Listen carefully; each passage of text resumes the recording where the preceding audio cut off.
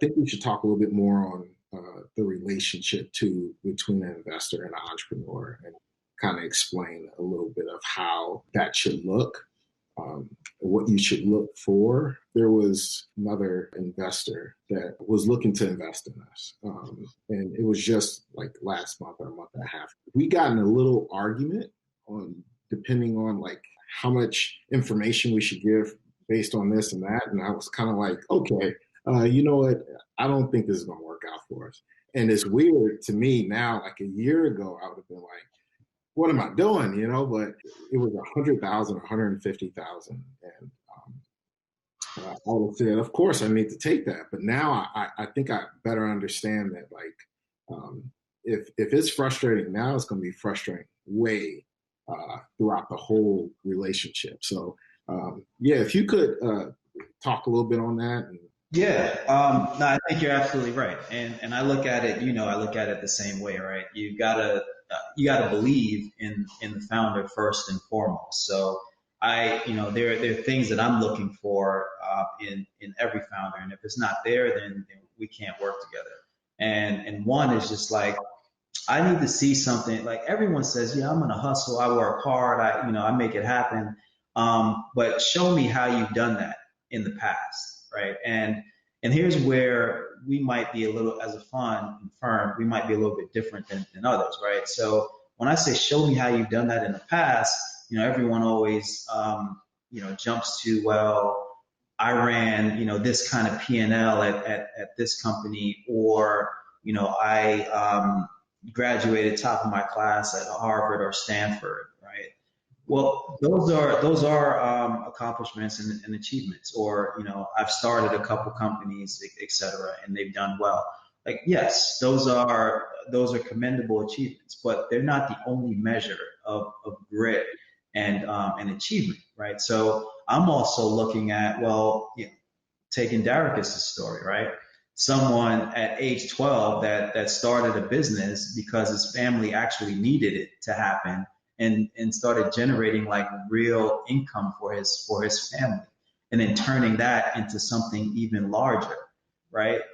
Where basically, given the situation with your dad, you're being raised by a single parent, right? Like that's grit, that's determination, that's hustle, that's achievement, and we got to make sure we don't discount that as well, and actually we got to make sure we embrace it. And treat it for what it is. So I'm always going to look for that in our founders. I'm also going to look for something that's different about this founder that's unique to the opportunity, right? So what is it about your past experiences, whether that be professional experience or just lived experience, that gives you unique insight into this thing that you're building, right? Why are you the most qualified individual or team on this planet to make this thing and to make sure that it wins, right? That's really what I'm looking for. And then there's a level of humility, but there's also a level of self-confidence that has to be there, right? Like you gotta be a little crazy and be like, yeah, I'm gonna build this thing, right? It's gonna be a multi-billion-dollar company. We're gonna succeed, and we're starting from nothing, right? Like you gotta have a little crazy in you to think that's gonna happen, right? But then at the same time, you've got to have the right level of humility so that you can actually have real conversations with with your investors, with your employees, with your customers, like looking at shifts in the market and realizing that things are changing. It's going to be a little bit different than or much different than what we thought it was going to be, and being able to just accept that and make those shifts. Right? These are all things that I'm looking for. How you communicate, with not just with the investor that you're trying to impress right now, but what about your team? What about your family members? What about your friends, right? Like what do they say about you? How do you communicate with them? How do those relationships go, right? These are all signals about the person and the team that we're going to be working with. And nobody wants to work with an asshole. Nobody wants to work with, a know-it-all, right? So we're screening for all those things. And life is just too short, and there's so many opportunities out there, right? We see like 2,000 deals, in a year, and we might do 10, right? So they're choices, right? And so, yeah, these are all the things that we look for, and that you got to have a strong working relationship. And the example you gave, I don't know who the investor was. You didn't tell me that story, but good on you, good on you for passing on it, right? Because it would get worse. And there are different ways to ask for certain types of information, and you also have a response as CEO. You have a responsibility to your company to not give out too much of the secret sauce, particularly if we're not even at a term sheet level, Yeah. right?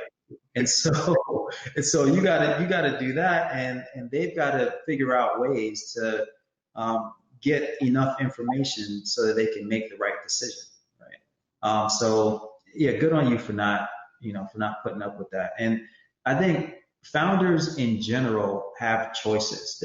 There's a lot of capital out there. I mean, some capital is definitely better than others, right? From a strategic or just a helpful perspective.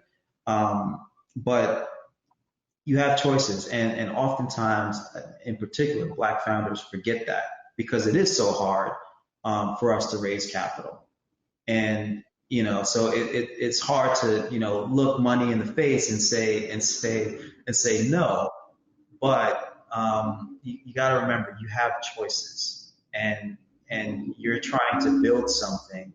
And if the people that you're bringing along with you aren't really coming along with you, aren't really your partners in this, and it's likely going to be a more difficult journey than it needs to be.